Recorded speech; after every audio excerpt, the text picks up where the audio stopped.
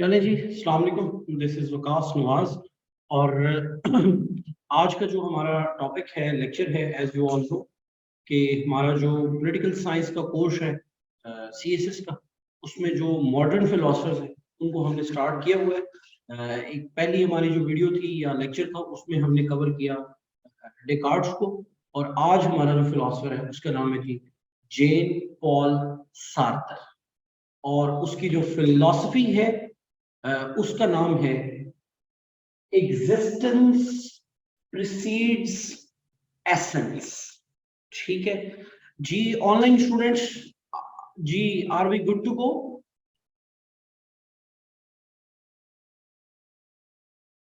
चले जी, ठीक है ठीक है ठीक है, डन हो गया।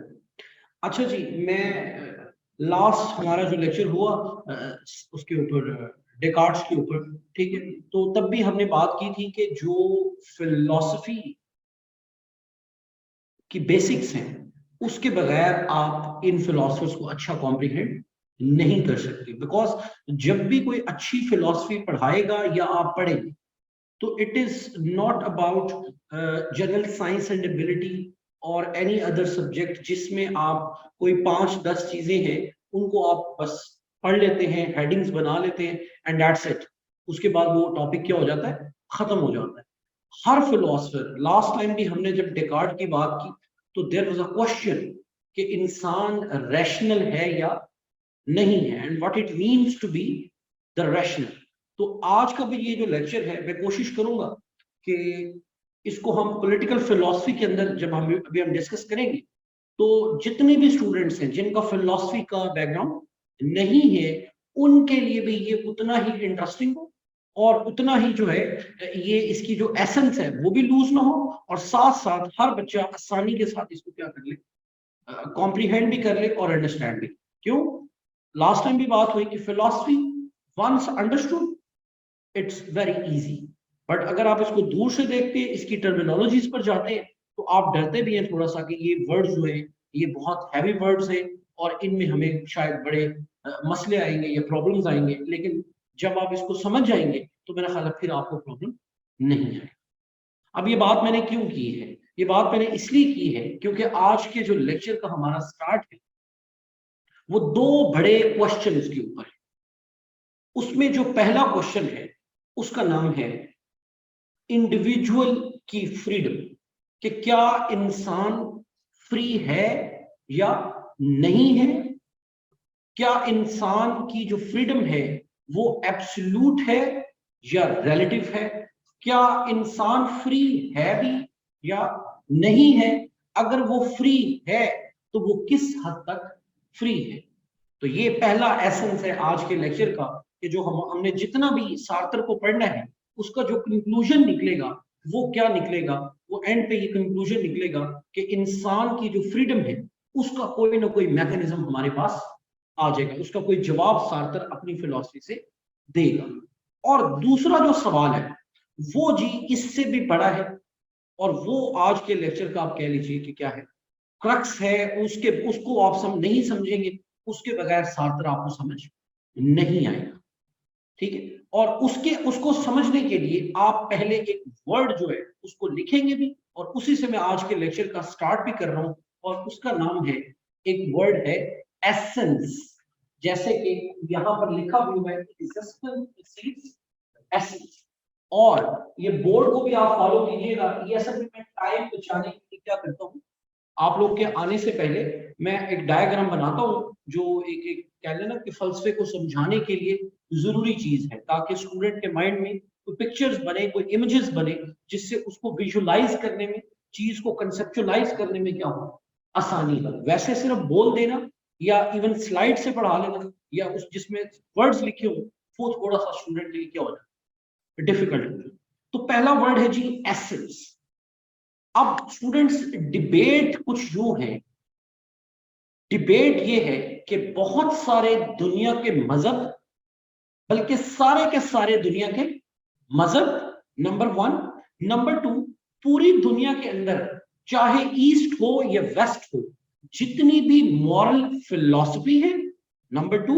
और नंबर थ्री, मल्टीपल फिलोसफर्स, ये सारे लोग मुत्तफिक हैं कि इंसान जब पैदा होता है, जब वो पैदा होता है तो पैदा होते ही inherently, naturally, inbuilt in war, उसके अंदर यानी कि उसकी जो लाइफ होती है उसका कोई ना कोई क्या होता है, कोई पर्पस होता है और उसके पीछे कोई ना कोई ऑब्जेक्टिव होता है। यानी कि इंसान जो है उसको फजूल में पैदा नहीं किया गया, बल्कि आप सब बच्चे मजहब के, मैं मजहब की सहारा इसलिए ले रहा हूं ताकि आप सब लोग जो 25-30 साल आपकी एज है, आप सब लोगों का कोई ना कोई मजहब है।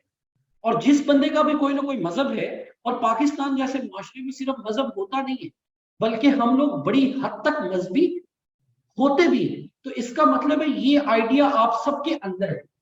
और वो क्या है कि अल्लाह ताला ने या गॉड ने या नेचर ने हमें फजूल पैदा नहीं किया। देयर इज समथिंग वैल्यू, एक एक एसेंस है, एक एक पर्पस है, एक मीनिंग ऑफ लाइफ, जिसके तहत हमें क्या किया गया है, पैदा किया गया है।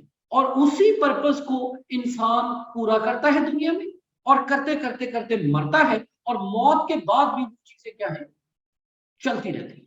मेरी बात आप समझ रहे? यानी कि कायनात नंबर वन, पूरी यूनिवर्स, और उस यूनिवर्स में खास तौर पर कौन, ह्यूमन बींग्स, हम लोगों को गॉड ने, नेचर ने, खुदा ने, अल्लाह ताला ने, जो भी आपका मजहब है उसके एतबार से, उसने हमें किसके साथ पैदा किया है, एक इनहेरेंट पर्पस के साथ, एक वैल्यू के साथ, एक उस चीज का क्या है, पर्पस है। ऐसा नहीं है कि फजूल में हमें क्या कर दिया, पैदा कर दिया। तो इसके साथ ही एक दूसरी बात भी याद रख लेनी है कि जब कोई चीज फजूल नहीं है तो इसका मतलब है खुदा ने हमारे अंदर एक वर्ड रखा है जिसको आप कहते हैं ह्यूमन नेचर। यानी कि अभी हम पैदा होते हैं तो कुछ बिहेवियर्स, कुछ हमारे कैरेक्टर्स, वो ऑलरेडी हमारे अंदर क्या होते हैं, इनबिल्ट होते हैं, इनहेरेंट होते हैं, जिनको हम क्या कहते हैं, ह्यूमन नेचर। वो कुछ चीजें गुड भी होती हैं ऑफ कोर्स, और कुछ चीजें क्या होती हैं, बैड भी होती है, चाहे वो गुड हो या बैड हो। जब एक वर्ड यूज किया जाता है कौन सा, ह्यूमन नेचर का, आप सब लोग बेसिक पॉलिटिकल साइंस पढ़े हुए तो आप सबको पता होगा कि ह्यूमन नेचर एक वर्ड हम पढ़ते हैं। तो ह्यूमन नेचर की डेफिनेशन क्या है, वो परमानेंट फीचर्स, कैरेक्टरिस्टिक्स जो नेचर इनहेरेंटली हमारे अंदर क्या करती है, इनबिल्ट करती है। और दूसरी चीज जिससे आप अगेन वाकिफ हैं, और वो ये है कि जब इंसान पैदा होता है तो उसके पीछे कोई ना कोई उसको, उसकी नेचर में, उसकी फितरत में कोई ना कोई मॉरल गाइडेंस भी होती है कि आपने ये करना है और ये आपने नहीं करना। जैसे कि मैंने स्टार्ट ही कहां से लिया, मजहब से। तो मुझे बताइए, जैसे ही आप पैदा होते हैं तो आपके ऊपर मॉरली स्पीकिंग कौन सी चीज सबसे ज्यादा असरअंदाज होनी शुरू, जो आपका मजहब होता है उसके मुताबिक आपकी क्या की जाती है, काट छांट शुरू हो जाती है कि बेटा ये हलाल है, ये हराम है, ये करना है, ये नहीं करना, ये खुदा ने डूज बनाए हैं और ये खुदा ने डोंट्स बनाए हैं। तो ये डूज और डोंट्स क्या होते हैं कि हमें गाइडेंस मिल सके कि हम कायनात में क्या करने आए हैं, क्या हमारा कोई पर्पस है, या हम ऐसे ही खामखा आ चुके हैं। तो हम सबको पता है कि ये फिक्रा हम सब ने आइदर फ्रॉम आवर पेरेंट्स, और फ्रॉम मौलवी, और फ्रॉम एनी प्रीस्ट, और फ्रॉम एनी रिलीजियस स्कॉलर, ये फिक्रा एक ना एक दफा जिंदगी में हम सब के अंदर जरूर किया है। और वो क्या है कि खुदा ने हमें किसी मकसद के लिए पैदा किया है, और मजहब की शक्ल में उसने हमें गाइडेंस दी है कि आपने ये करना है और ये नहीं करना। और जब हम ये सब कुछ मान लेते हैं तो फिर एक आखिरी बात और भी हम मानते हैं, तकरीबन 99.9% जो पाकिस्तान है, ठीक है, पाकिस्तान से मैं इसलिए मुराद ले रहा हूं कि हम एक मजहब की बात, ठीक है, हमारे 99% हमारी पॉपुलेशन ये बिलीव करती है कि इस यूनिवर्स का कोई ना कोई कौन है, क्रिएटर। और उस क्रिएटर ने इस सारे यूनिवर्स को फजूल में पैदा नहीं किया। तो इसका मतलब है 4 से 5 बड़ी चीजें क्या कर देती हैं, इस एक वर्ड का पार्ट है, इसको बोलते हैं एसेंस। और एसेंस क्या हो गया फिर, कि कायनात के अंदर एक मीनिंगफुल, कायनात एक मीनिंगफुल ऑब्जेक्ट है। Just 1 second.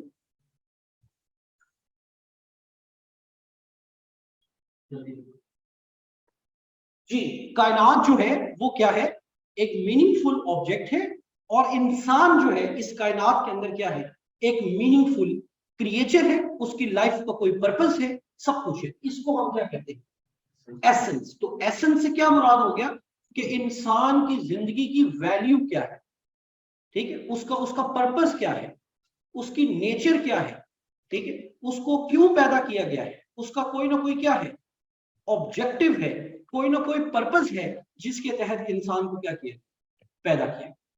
तो यहां से एक फिक्रा लिख लीजिए, एसेंस, जी, एसेंस प्रीसीड्स एग्जिस्टेंस।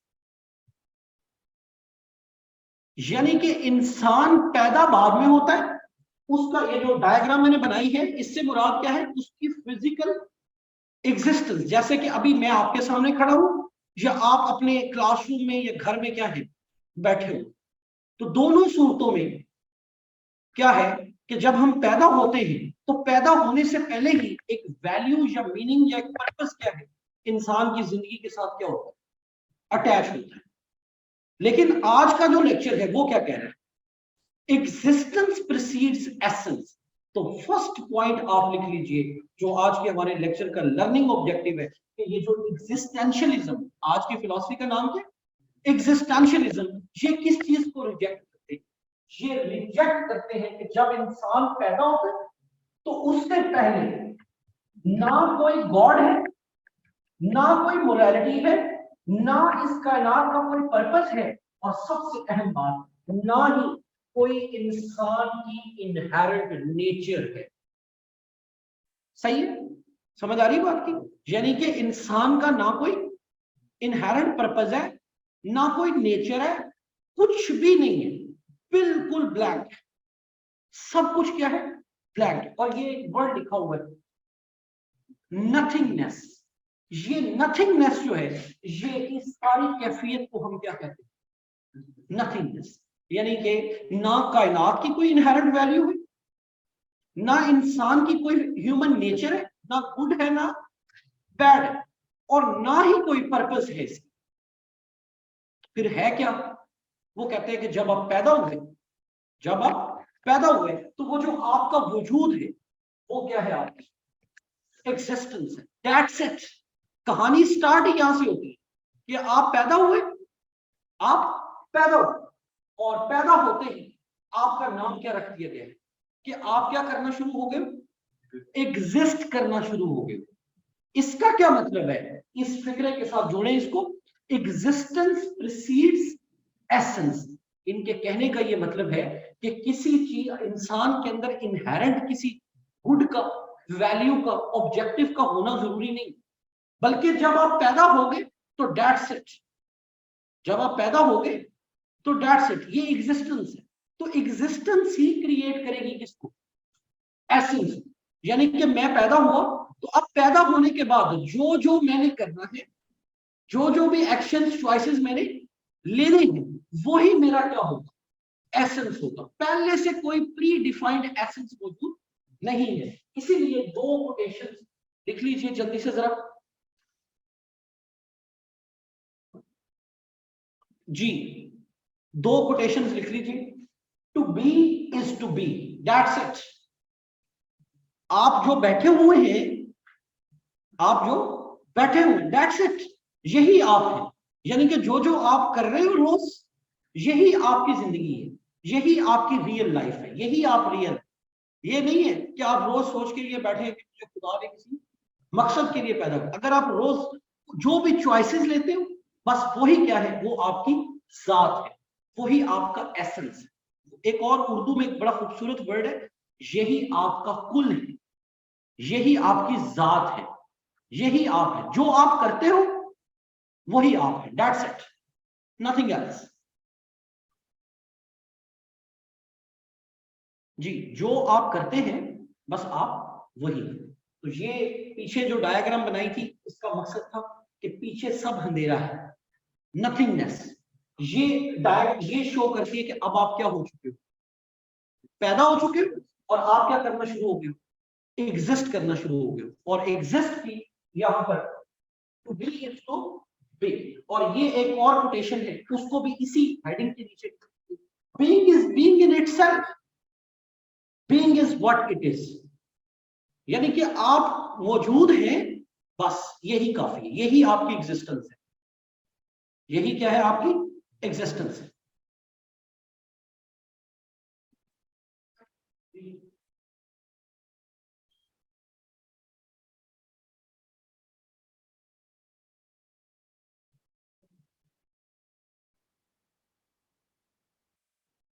जी अच्छा जी, जी डन होगी बात, ये समझ आ रही बात कि being is being in itself, being is what it is. अच्छा जी, यहां पर ना एक वर्ड है और एग्जिस्टेंस, इसका एक और अल्टरनेटिव लिखिए, बीइंग, होना। एग्जिस्टेंस क्या है, किसी का एग्जिस्ट करना या मौजूद होना।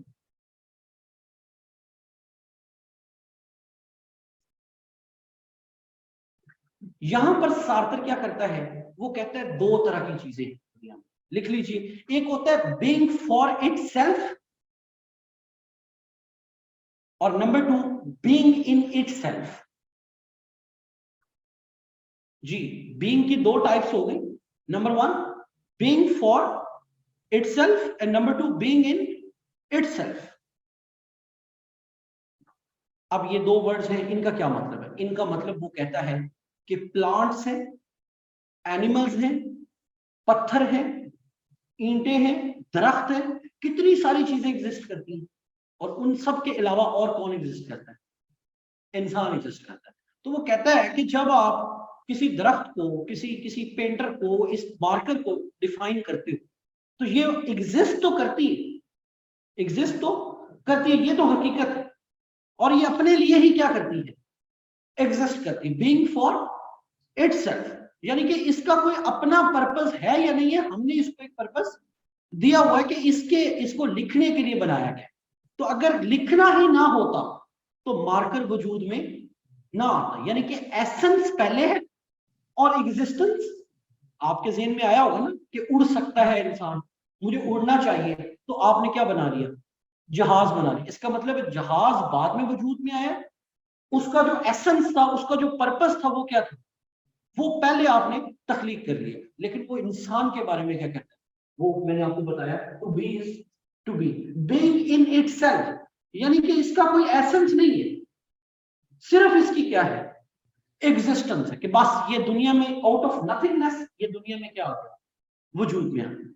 और यहां से शुरू होती है एक नेक्स्ट स्टेज ऑफ दिस, ये जो अभी हमने बातें कर ली, अब ग्राउंड सेट होगी, बंदा पैदा हो चुका है, वो अपने आप के लिए एग्जिस्ट कर रहे हैं, और उसकी जो एग्जिस्टेंस है वही क्या है, हकीकत है, वही रियलिटी है, ना उससे पहले कुछ था और ना उसके बाद कुछ होगा। यहाँ ये बाद का टाइम है, ये बबल पूरा एक्सप्लेन कर रहा है कि इंसान की जिंदगी को, ठीक है, ये कर रहा है किसको, इटसेल्फ, इंसान को, और ये कौन सा टाइम है, ये अभी उसके पैदा होने से पहले का टाइम है, जिसका उसको नहीं पता। जैसे कि हम आज चलते फिर रहे हैं और हमें क्या पता है कि 30 सालों बाद, ठीक है, हम किस इन्वायरमेंट में अपने बच्चे पैदा करेंगे, किस जो आने वाले हैं, क्या उनको पता है कि वो आ रहे हैं, नहीं पता, बिल्कुल नहीं पता।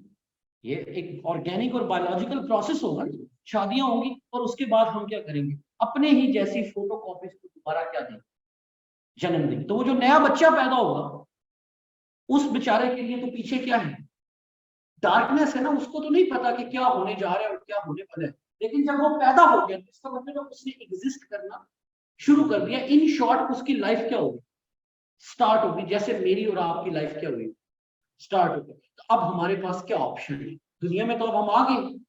अगर किसी चीज की कोई वैल्यू ही नहीं है, कोई मीनिंग ही नहीं है, फिर क्या हो रहा है, इधर लिखिए, यहां पर वो कहता है सार्थक, man is condemned to be free. जी, और ये कोटेशन शायद आप लोगों ने वैसे बड़ी दफा सुनी भी होगी, man is condemned to be free because once thrown into the world, जी, man is condemned to be free because once thrown into the world he is responsible for everything he does. He is responsible.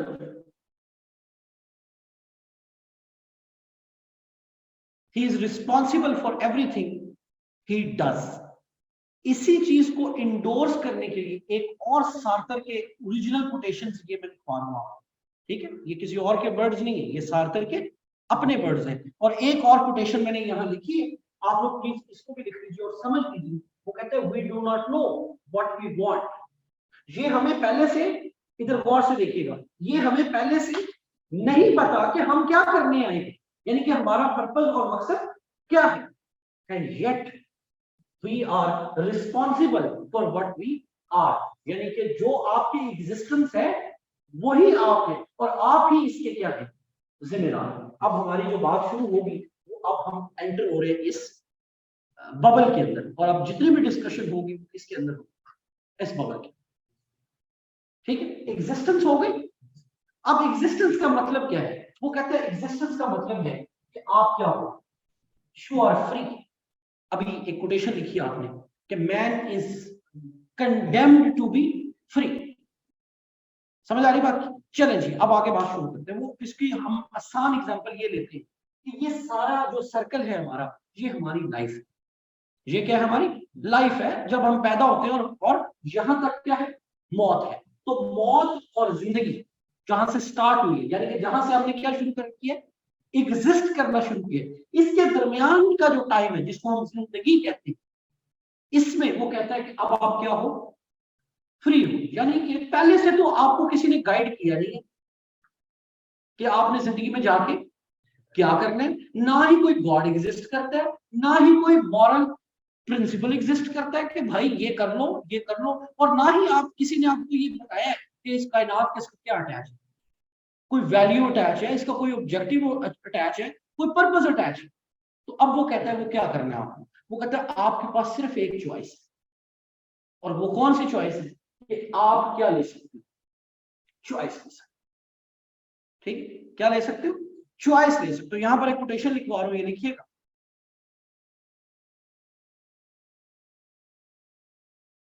Ji.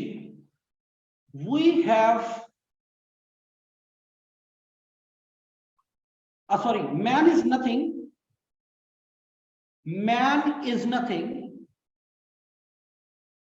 other than what he makes of himself. Man is nothing other than what he makes of himself. तो इसका मतलब क्या है? इसको समझने के लिए ये तीन वर्ड समझने आप। एक को सार्थर कहता है, there are people who are stone man, there are people who are plant man, and there are people who are free man. Stone man से क्या मुराद है? वो कहता है they are like the stone, जो पड़ा हुआ है एक जगह पर, और उसको ऊपर से आके कोई चीज ट्रीट करेगी ना, पत्थर है ना, वो पड़ा हुआ है। अगर आप उसको उठा के दीवार में लगा लोगे तो किसी काम का, नहीं लगाओगे तो वो किसी काम का नहीं है। तो ऐसे लोगों को कहते हैं ये पैसिव इंडिविजुअल्स होते हैं। कौन? बिकॉज इनके अंदर सलाहियत ही नहीं होती कि ये क्या ले सके, फ्री चॉइस ले सके, ये अपनी जिंदगी को खुद डिजाइन कर सके। ठीक है ना? शौरी तौर पर कॉन्शियसनेस, ये भी बड़ा इंपॉर्टेंट, ये क्या कर सके, कोई कॉन्शियस चॉइस ले सके। तो ऐसे लोगों को आप सबको पता है कि वो क्या करते हैं, वो ढूंढते हैं कि कोई हमें गाइड करे। तो गाइडेंस इंसान सबसे पहले, सबसे तगड़ी गाइडेंस कहां से? मजहब से। तो ये हर बात में कहते हैं कि हम तो कुछ नहीं है, हम तो सिर्फ मजहब को क्या कर रहे हैं, फॉलो कर रहे हैं। तो वो कह रहे हैं भाई फॉलो करना आप फ्रीडम में आते ही नहीं है। आपने फॉलो नहीं करना, आपने क्रिएट करना है। You have to give the essence to your own existence. By how? अभी मैंने कोटेशन बोली कि मैं अपना, क्या नाम था उसका, man is nothing other than what he makes of himself. यानी कि आप अपने आप को क्या विजुलाइज करते हो, कैसे सोचते हो, कौन कौन सी चॉइसेस लेते हो, ये है आप। तो ये दोनों लोग, प्लांट मैन और स्टोन मैन, इन दोनों को ये कहता है कि ये पैसिव इंडिविजुअल्स, एक पौधे की तरह, एक स्टोन की तरह, एक बेजान जिंदगी, जैसे एक पौधा है वो बीज से उगता है, बड़ा होता है, फल देता है और मर जाता है, ठीक है ना, दैट्स इट। और तीसरे नंबर पर कौन है?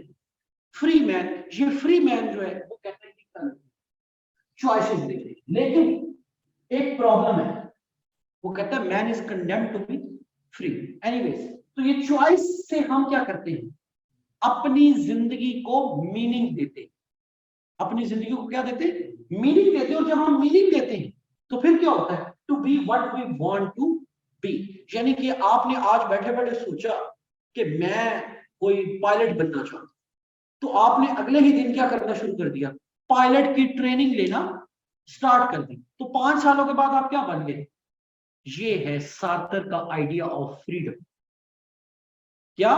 कि भाई आप एक फ्री पर्सन हो, आपके पास फ्री विल है, उस फ्री विल से आप क्या ले सकते हो?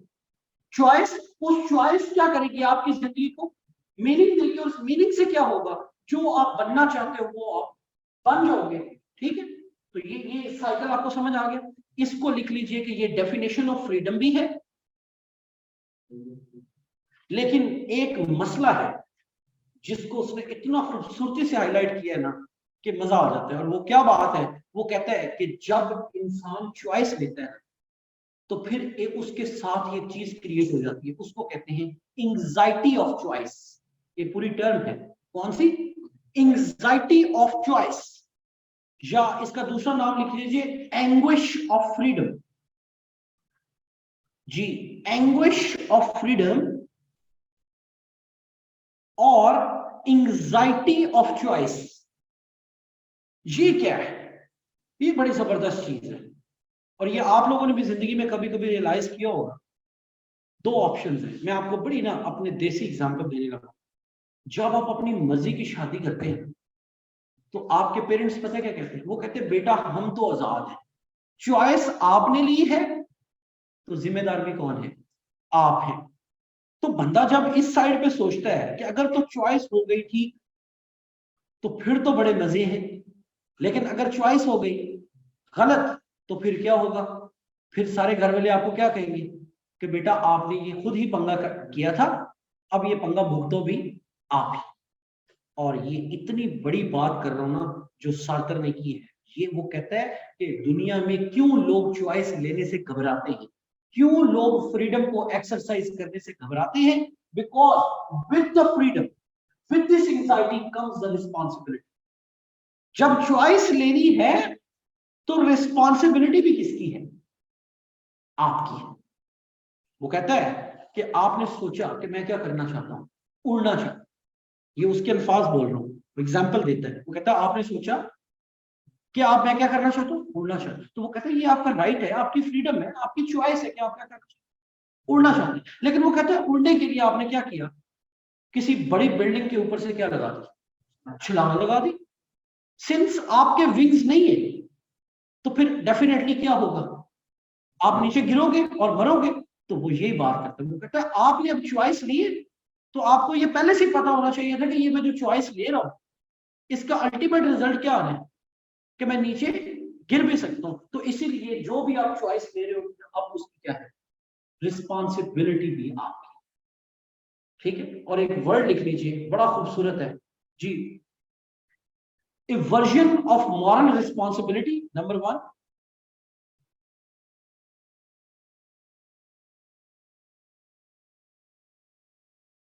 ए वर्जन ऑफ, ऐसे लोग जो चॉइस लेने से क्या करते हैं?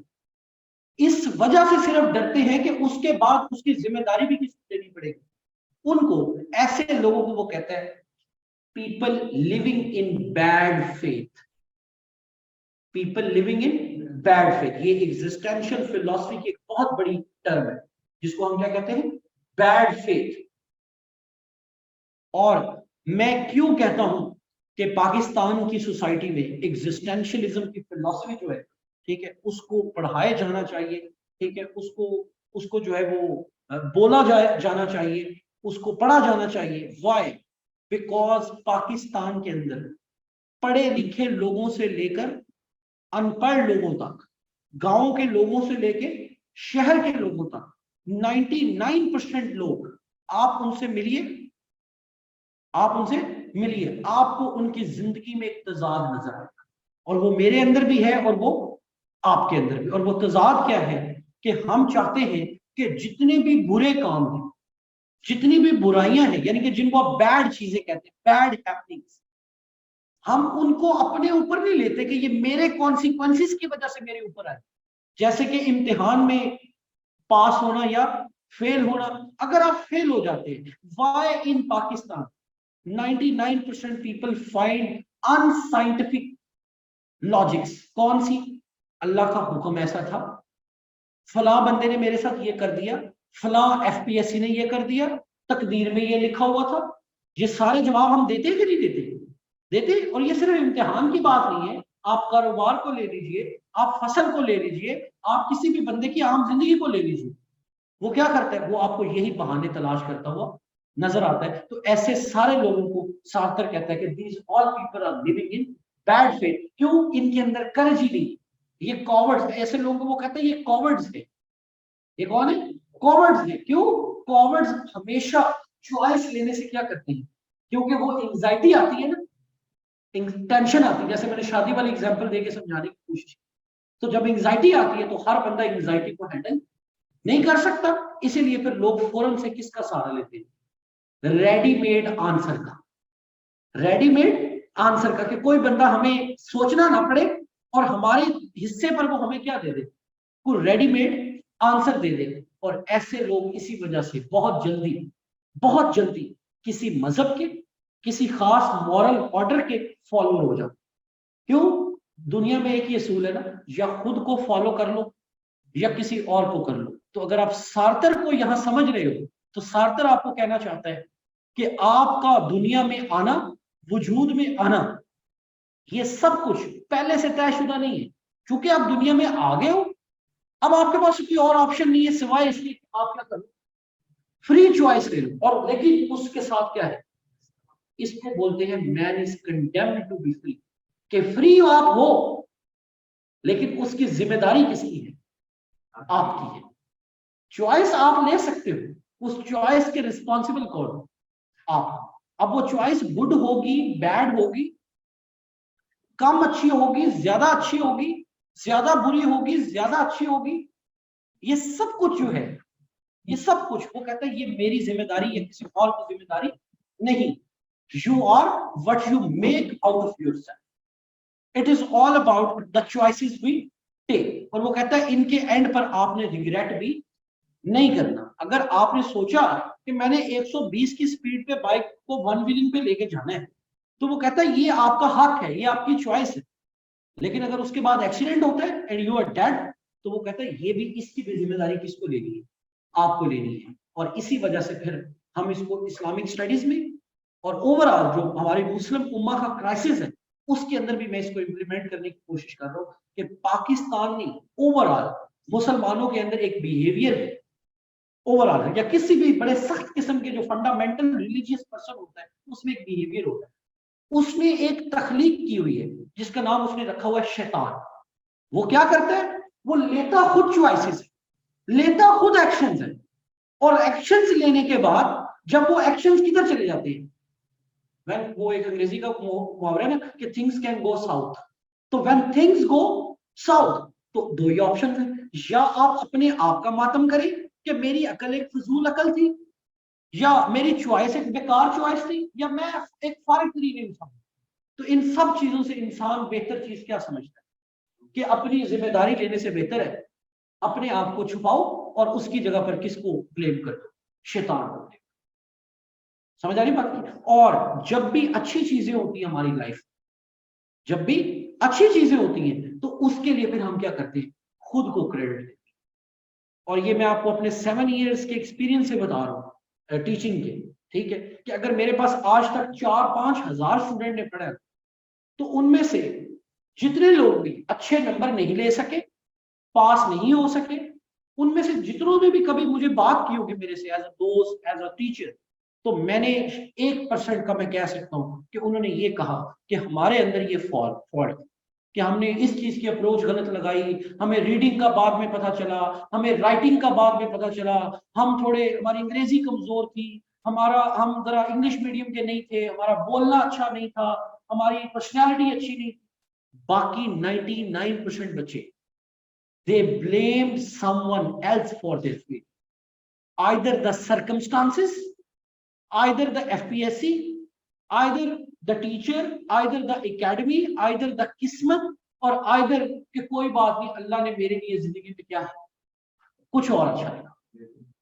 समझ आ रही बात? तो ये 4 से 5 तरह के बिहेवियर्स आपको मिलते हैं। यही बिहेवियर्स आपको पॉलिटिक्स में भी मिलेंगे।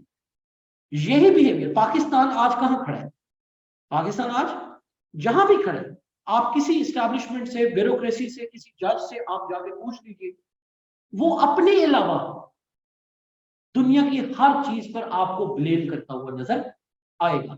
हालांकि जब हम फैसला करते हैं, कोई भी इदारा फैसला करता है, यानी कि जब एस्टैब्लिशमेंट मार्शल लगाती है, तो they are taking a choice ना, कि जिस 21वीं सदी में आप मुल्क को किससे चलाने की कोशिश कर रहे हैं, फोर्स से, वायलेंस से, तो there is always a cause and effect. तो फिर उसका इफेक्ट क्या आना है?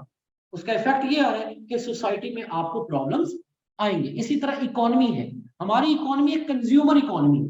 जिस बंदे के पास पैसे आते हैं, वो सबसे पहला काम ये नहीं करता कि मैं कहीं इन्वेस्टमेंट करूं, वो सबसे पहला काम ये करता है कि मैं गाड़ी लूं, अगला काम वो करता है मैं घर लूं, उसके बाद तीसरा काम वो करता है कि वो अपना कपड़ा, जूता, मोबाइल, हर चीज को क्या कर लेते हैं, अपग्रेड। इसको कहते हैं कंज्यूम करना।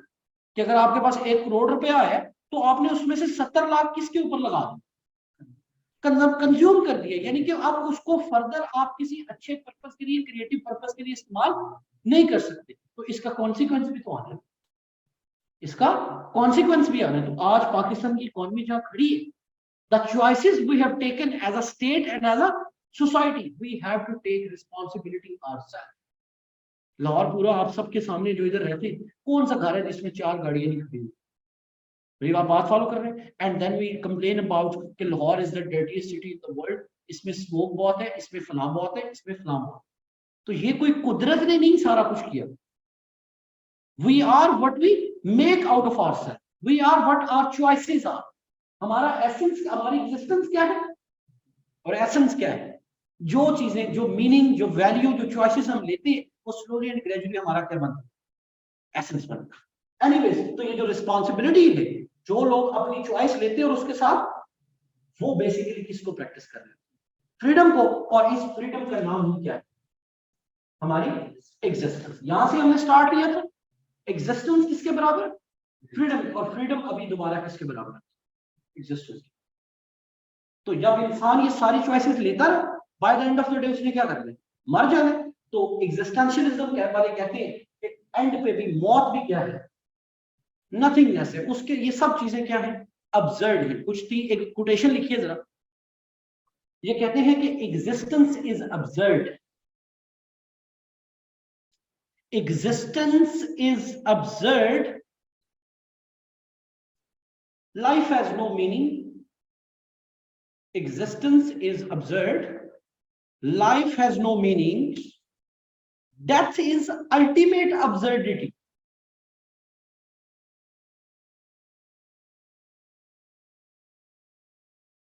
One is born by choice, chance, not choice. One is born by chance and one dies by chance. There is no God.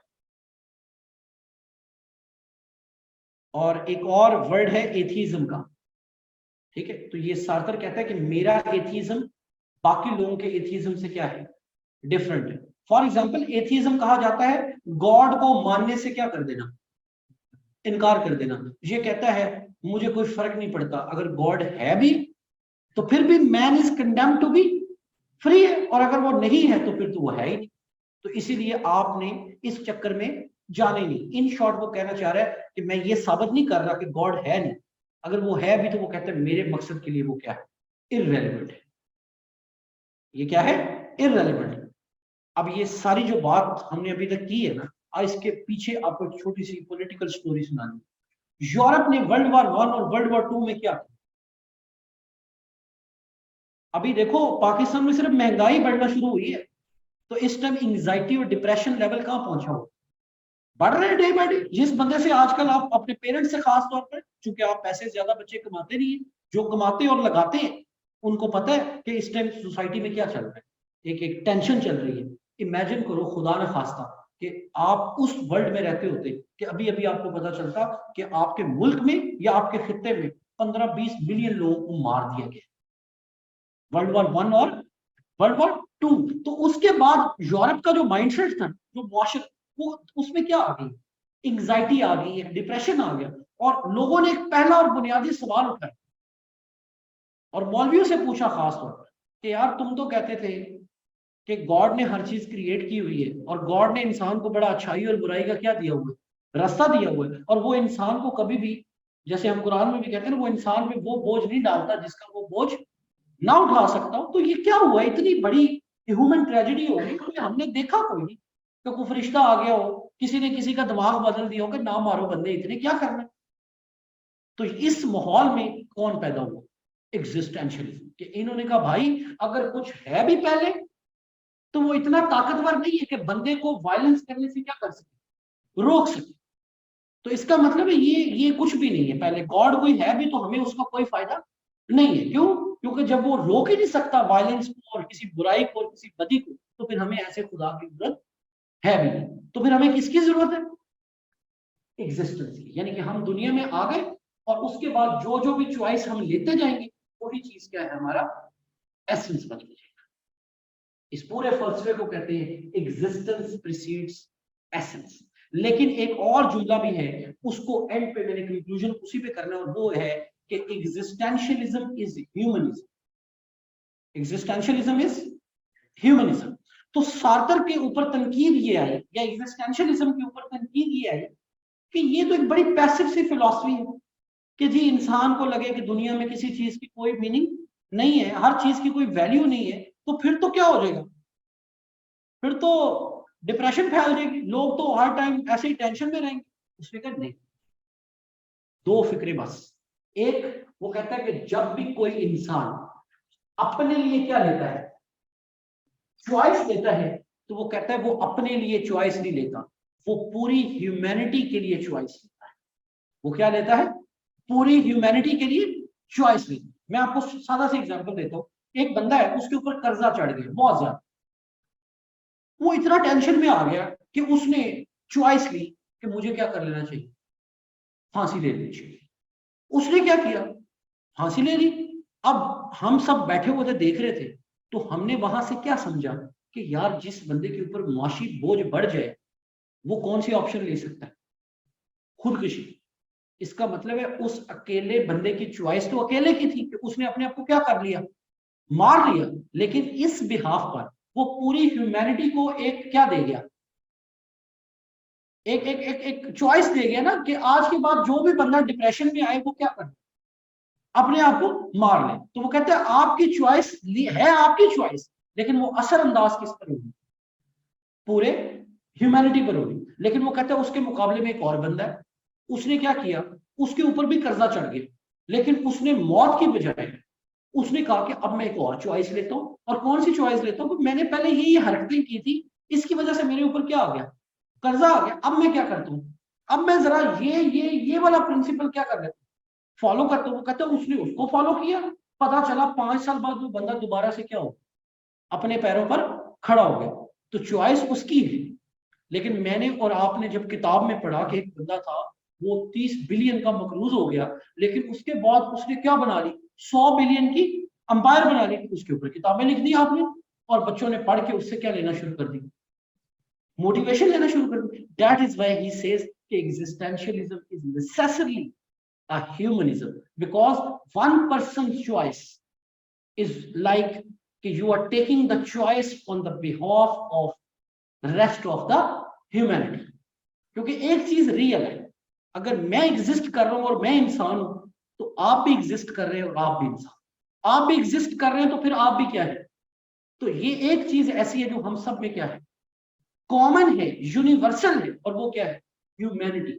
और humanity means, and existence means, and freedom means taking the choice। choice लेते क्यों हैं, हम कोई भी option लेते हैं ना लाइफ में, क्यों लेते हैं, ताकि हम अपनी जिंदगी में आगे बढ़ सके, अपनी जिंदगी को कोई ना कोई मतलब और मकसद दे सके। और मतलब और मकसद क्यों? ताकि जो हम बनना चाहते हैं वो क्या करें, वो बन जाए। लेकिन वो जो पहले बात की कि जब हम ये करते हैं, चॉइस देते हैं, उसके साथ फिर क्या आती है, रिस्पॉन्सिबिलिटी। यानी कि इंसान फिर अपने एक्शंस का भी क्या है, खुद जिम्मेदार है। और जो लोग इस जिम्मेदारी नहीं ले सकते होते वो फिर चॉइस भी नहीं लेते। और ऐसे लोगों को वो क्या कहते हैं कि ये कौन होते हैं, स्टोन मैन होते हैं, प्लांट मैन होते हैं। यानी कि इनमें और पत्थरों में और दरख्तों में कोई फर्क नहीं है। जैसे एक दरख्त पैदा होता है ना, वो बड़ा होता है, फल देता है, और उसके बाद नेचुरली उसकी क्या हो जाती है, डेथ हो जाती है, और दोबारा जमीन में वो चला जाता है। तो वो कहता है फिर आपके आने में और उस दरख्त के आने में, उस स्टोन के आने में कोई फर्क नहीं। क्लियर होगी बात? इसको बोलते हैं जी हम existence precedes essence, man is condemned to be free. Clear होगी बात? एक और ऐसा चैलेंज है जिसको उसने हाईलाइट किया, वो कहता है कि जब भी आप चॉइसेस लेना शुरू करते हो ना, तो एक और चीज है, इसका नाम लिख लें, अदरनेस। अदरनेस, जी अदरनेस। ये अदरनेस क्या करती है? ये होते हैं बाकी लोग जो आपको क्या करते हैं, चॉइस लेने से डराते हैं, रोकते हैं। सादा सी बात है, शादी के ऊपर सारे लोग व्हाइट रंग के कपड़े पहन के आए, आपने चॉइस दी कि मैंने क्या पहनना है, ब्लैक पहनना। ये मैं बड़ी सादा एग्जांपल दे रहा हूं। पूरे गांव में रवाज है कि शादी आपने किसकी तरफ, अपनी कास्ट में करनी है।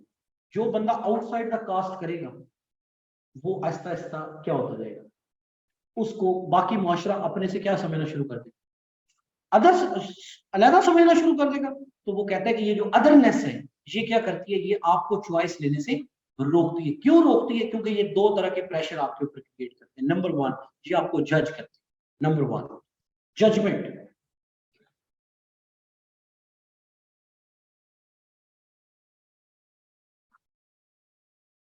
जी बिल्कुल। एंड नंबर टू, ये क्या करते हैं, they treat you bad. They treat you bad. आप आजमा के देख लीजिए, जिस तरह से ये 15 लोगों ने काम किया होगा, 16वां बंदा उससे हटके करेगा तो उनको वो अब्सर्ड लगेगा। उनको लगेगा कि ये बखरा अपने आप के अंदर क्या बन रहा है, साइंसदान बन रहा है। ठीक है। अब वो सार्थक ने इसका सोल्यूशन भी दिया। वो कहता है 4 तरीके हैं कि आप स्टूपिडिटी से कैसे बच सकते हैं। पहला तरीका, वो कहता है पहला तो फिर तरीका ये है कि अवॉइडेंस इख्तियार करो। ऐसे लोगों को मिलना छोड़ दो, उनसे दूर चले जाओ, अपने आप को प्रोटेक्ट कर लो, उनसे दूर ले जाओ। और आपने देखा होगा सोसाइटी में जितने, जिनको हम एक वर्ड बोल रहा हूं, इंटेलेक्चुअल्स, तो अगर आप हैं तो फिर आपने खुद अपनी जिम्मेदारी भी लेनी है कि फिर आप इंटेलेक्चुअल हैं। मैं नहीं कह रहा कि मैं हूं या कोई और है। अगर आप समझते हैं अपने आप को इंटेलेक्चुअल है, तो फिर इसका मतलब है दुनिया में कोई इंटेलेक्चुअल बंदा ऐसा नहीं है जिसको सोसाइटी में आइसोलेशन का सामना ना करे। इंटेलेक्चुअल होता ही वो है जो पॉपुलर जो रस्म रिवाज होते हैं उनको क्या करता है, चैलेंज करता है। तो जो भी ऐसा बंदा होता है वो बेचारा क्या करता है, वो उसको लोगों में बैठना शुरू करेगा तो वो लोगों जैसा तो बिहेव करेगा नहीं। तो लोग, आपको पता है उसको क्या कहते हैं, हिला हुआ है, पागल है, थोड़ा खिसका हुआ है, थोड़ा ऐसे है, थोड़ा वैसे है। तो फिर इस चीज से बचने के लिए सार्थक कहता है लोगों को क्या करो, अवॉइड करो। दूसरा तरीका क्या है जी? दूसरा तरीका वो कहता है डिसगाइस। वो कहता है फिर अपनी 2 आइडेंटिटीज बना लो, अपना एक फॉल्स इमेज क्रिएट कर लो कि जब शादी पे जाओ, फौतगी पे जाओ, रिश्तेदारों में बैठो, कल्चर में जाओ, तो फिर कैसे बन जाओ, वैसे बन जाओ। और जब अपनी प्राइवेट स्पेस में आओ तो फिर वैसे हो जैसे तुम एक्चुअली में हो। ठीक है, एक डुअलिटी क्रिएट कर दो। तीसरा क्या है? तीसरा वो कहता है इमोशनल अटैचमेंट बना लो। ठीक है, आप अपना दोस्त बना लो 3-4, उनको इस बात से फर्क ही ना पड़े कि आप खिसके हुए या नहीं खिसके हो, क्योंकि उनका और आपका क्या डेवलप हो, इमोशनल रिलेशन कायम हो गया। लिहाजा वो कभी भी आपको जज नहीं करेंगे, वो आपको कहेंगे चौधरी जो तेरा दिल करता है वो कर। और चौथी चीज है वायलेंस। वो कहता है कि अगर आपका डिक्टेटोरियल माइंड है तो फिर जेड़ा ਤੁਹਾਡੇ काबू आंदा है, जेड़ा ਤੁਹਾਡੇ ਨਾਲ ਗੱਲ कर ਉਹਨੂੰ ਕੁੱਟ ਦਿਓ। ठीक है, ਉਹਨੂੰ मार दो, मतलब तेरी ऐसी नहीं तैसी, कौन है, who the hell you are, you know। लोग फिक्रा बोलते हैं ना ये कि आप कौन होते हैं मेरे ऊपर ये बात करने वाले। यानी कि अगर आप पावरफुल हैं तो फिर आप 2-4 लोगों को भड़का भी दें, या वायलेंस कमिट कर दे ताकि लोगों को पता लग जाए कि ये को बच के, ठीक है, ये जैसा है इसको वैसा रहने दो। और पूरे गांव में एक बंदा होता है जो इंतहाई मतलब वो हरकतें करेगा जो पूरे गांव में कोई नहीं करता, और लोग उसको दिल ही दिल में कहते भी होंगे कि बड़ा बुरा है, लेकिन अगर वो सिर्फ बुरा हो तो फिर हर बंदा उसको रोज कहता है कि तुम रोज बुरे हो। लेकिन अगर वो डंडे वाला हो तो वो एक ही दफा 2-4 लोगों के साथ इस तरह का काम कर देता है, बाकियों को भी मैसेज चले जाता है कि चौधरी ये तो की रहना, दूर रहना, बच के रहना। फिर वो गुजर भी रहा हो तो लोग कहते हैं यार अस्सलाम वालेकुम जी, कैसे हैं आप, ठीक है। तो फिर लोग क्या करेंगे, आपको थोड़ा वो जो विक्टिमाइजेशन उससे क्या करेंगे, परहेज करेंगे, उससे आपको दूर रखेंगे। डन हो गया जी, ठीक है। तो ये है जी कि आपने रिस्पॉन्सिबिलिटी लेनी है, responsibility of the choice, and choice क्या करेगी, आपकी जिंदगी को डिफाइन करेगी। समझ आ रही बात की? यानी कि कोई गुड नहीं है, कोई बैड नहीं। मैंने जिंदगी में आज तक जो किया है ना, यही मैं हूं। कल मैं जो करूंगा ये मैं हूं, परसों जो मैं करूंगा, यानी कि आप वो हो जो आप करते हो, आप वो नहीं हो कि जो दिमाग में बना के बैठे हो मकसद के लिए। मतलब आप देख लीजिए ना, सार्थक ने एग्जांपल दी है, उसने कहा जब मैंने सोसाइटी में लोगों को देखा ना तो मुझे नजर लगा कि ये पता नहीं कौन सी फिल्म में रहती है, कहते कुछ और है करते कुछ और। तो इंसान का ये डायलेमा है कि नहीं, जिसको हम उर्दू में पंजाबी में कहते हैं ना फला बंदा मुनाफिक है, ये मुनाफिकत नहीं है बेसिकली, ये क्या है, ये इल्यूजन कि दिमागों में हमने ये बिठाया हुआ है कि अल्लाह ने हमें क्यों पैदा किया, हमारा क्या है, पर्पज है। लेकिन जब आप लोगों के एग्जिस्टेंस को देखते हो, यानी कि जैसे वो हैं उनको वैसा देखते हो, तो उधर फिर वो क्या ले रहे होते हैं, चॉइसेस। वो चॉइसेस आप सबको पता है गुड भी होती है बैड भी होती है, तो इससे कोई फर्क नहीं पड़ता, जो आप चॉइसेस लेते हो आप वो हो। सो दिस एंटायर फिलॉसफी, इसने क्या किया, पुरानी डॉक्ट्रीन जो थी कि एसेंस प्रीसीड्स द एग्जिस्टेंस, उसको रिजेक्ट कर दिया और उसकी जगह पर क्या अकीदा दे दिया कि existence precedes the essence. Clear होगी बात, ठीक है। अब इसका ताल्लुक हमारी मॉडर्न वर्ल्ड के साथ, या आज जब आप इसको पेपर में लिखते हो पॉलिटिकल फिलॉसफी, आपने इसको कैसे लिंक करना, ठीक है। आपने बात करनी है कि पूरी दुनिया में जहां जहां अथॉरिटेरियनिज्म है, टोटलिटेरियनिज्म है, फाशिज्म है, नाजिज्म है, मोनार्कीज है, जहां लोगों को as a passive subject treat किया जाता है, यानी कि लोगों को समझा जाता है कि ये बेवकूफ है, तो इनको क्या रिक्वायर है, कोई परफेक्ट गाइडेंस रिक्वायर है। अथॉरिटेरियनिज्म कहां से जन्म लेगी कि मैं अपने आप को इतना सच्चा और सही समझना शुरू कर दूं कि मुझे लगे कि ये जो बैठे हैं ये फजूल है, और मेरा काम है इनको क्या करना, गाइड करना, और सिर्फ गाइड नहीं करना, डिक्टेटोरियल वे में गाइड, यानी कि जो नहीं मानेगा उसको डंडे भी पड़ेंगे। यही है ना डिक्टेटरशिप, और तो कुछ नहीं, ठीक है। अथॉरिटेरियनिज्म और क्या होती है, यही होती है। तो ऐसे तमाम लोगों के लिए existentialism is a route to freedom, ऐसे तमाम लोगों के लिए Jean Paul Sartre is a route to freedom. You are what you make out of yourself. वो कहते हैं अपने आप को गधा कहना शुरू कर दो, तो आप क्या हो, गधे। अपने आप को किंग कहना शुरू कर दे, आप कौन है, किंग है। आप अपने आप को, वो कहते हैं ये कोई नहीं है कि एक बच्चा पैदा होता है तो कहते मैंने डॉक्टर बनना है, वो कहता कोई मसला ही नहीं है, इधर से इधर आते रहो, बस खत्म। अगले दिन सोचो मैंने इधर जाना है तो आप ये हो, अगले दिन आप सोच लो कि मैंने इधर जाना है तो आप ये, you are what you make out of yourself. Clear होगी बात। दूसरी चीज, पाकिस्तान की सोसाइटी को, हमारे यहाँ एक वर्ड है पैसिव इंडिविजुअलिज्म। पैसिव इंडिविजुअलिज्म, हर बंदे ने सुबह दोपहर शाम, मैं इतनी खूबसूरत बात लगी ना इसकी ये वाली, मैं क्लास में ना पहले हम जब जॉन स्टुअर्ट मिल वगैरह पढ़ते हैं बच्चों को एग्जांपल देता हूँ, आप ये साथ आपके सर्विसेज हॉस्पिटल, उसके जरा ना मेडिकल वार्ड में जाएगा, सर्जिकल वार्ड में, जहां पर ये एक्सीडेंटल पेशेंट्स आते हैं ना, जिनके एक्सीडेंट्स हुए होते हैं। मैं गाड़ियों वालों की बात नहीं कर रहा, जितने लोगों के बाइक पर एक्सीडेंट होते अभी चलते हैं, आप उनसे जाके पूछें क्या हुआ, कहेगा अच्छा खासा मैं घर से निकला हूं, पता नहीं क्यों है इधर उधर गड्डी पाई है मेरी लात टूट गई। वो बंदा क्या कह रहा है, मुझे कुछ पता नहीं। हालांकि सार्थर होता तो उसको पता क्या कहता कि सर आप 18 साल के हुए तो आपने बाइक चलाना सीखी थी जब आप 9 साल के थे, तब आपकी माँ और बाप कहते थे बड़े खुश हो गए, साडे मुंडे दी लत्तां नहीं लगदियां लेकिन माशाल्लाह की चला रहा है। बाइक चलाना। फिर उसके बाद दूसरी चॉइस, आपने कभी भी रोड सेंस नहीं सीखी कि सड़क के ऊपर आना जाने तो उसके क्या आदाब है। तीसरा, आपने कभी भी लीगल तरीके से लाइसेंस नहीं बनाया। और चौथी चीज, आपने चॉइस ली कि मैंने वन वे चलानी है।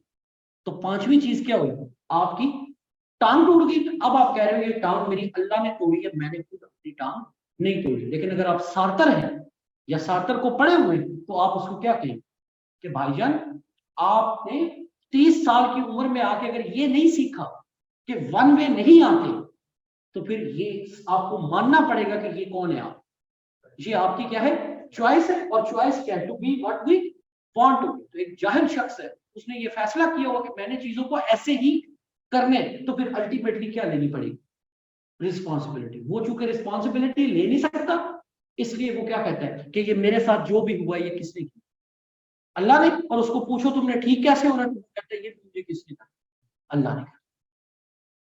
ये बात फॉलो कर रहे हैं, ठीक है। तो ये हमारे पूरे मुआशरे का क्या है, अलमिया है कि हम सारे लोग काम खुद करते हैं, चॉइसेस खुद लेते हैं, ठीक है। और उसके बाद जब उनके कॉन्सिक्वेंस आते हैं, यानी कि और खास तौर पर बुरे कॉन्सिक्वेंस, जब हम बुरे कॉन्सिक्वेंस करते हैं तो उसका नतीजा हम क्या करते हैं, हम या शैतान की तरफ डेविएट कर देते हैं, या हम लोगों की तरफ डेविएट कर देते हैं कि मैं अच्छा हूं, मेरे से इस बंदे ने ये करवाया, या मुआशरा इस तरह का हो गया और मेरे से क्या करवाया, ये करवा ले। तो if we as a nation, we as a society, if we have to come out of this passive individualism, so what we need to follow, we need to follow the freedom given by the Jean Paul Sartre, or the freedom concept of freedom given by the existentialists.